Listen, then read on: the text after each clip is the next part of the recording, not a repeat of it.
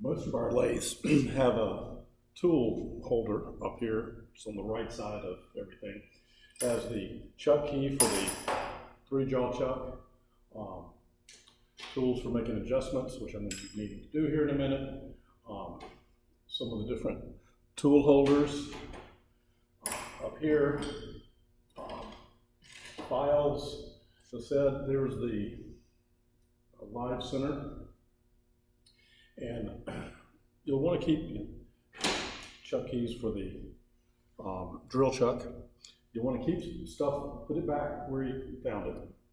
Then you're going to come over here and do a few things to make this a little more usable. First of all, we're going to put our material in here. This is a 3-jaw chuck. A lot about that on the PowerPoints. I'm going to take the chuck key for that. If I open it up, I can open these jaws, but I can close them up and lock it in, and now that piece is in place. Chuck key back where it belongs.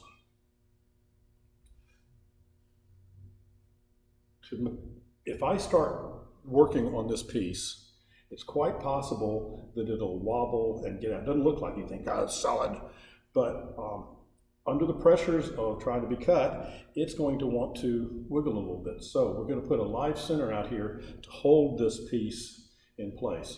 It would be a lot worse if it was even longer. To do that, we're going to take a center drill. These are center drills.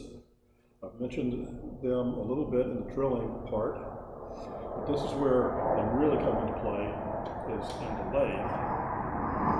Put the little one in, that's good enough. It's big, it's solid, it isn't going anywhere, and the tailstock is perfectly lined up with the center of the headstock. So when this comes in, this isn't going to wiggle. This is going to find the exact dead center of this part, and we're going to drill a hole with it.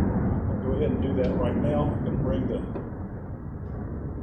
tailstock in close, lock it down, make sure it's loose here so that I can turn it.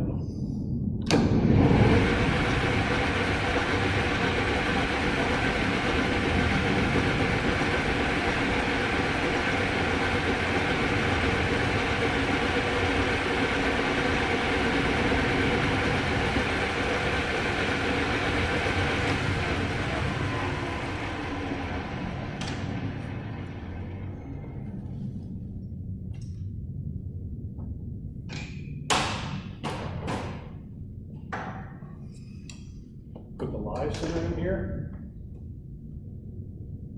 I'm going to bring it out a little bit.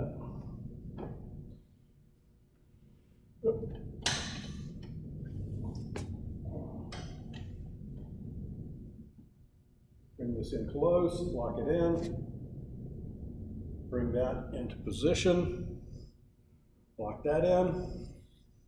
And now, turn the bowl here so I can work on the side. Now, the part that you're going to make is going to have some parts that you face and some parts that you turn. Turning is working along this surface. Facing is working on the surface that I just drilled that hole in. So we're going to do both of those operations over the next few videos.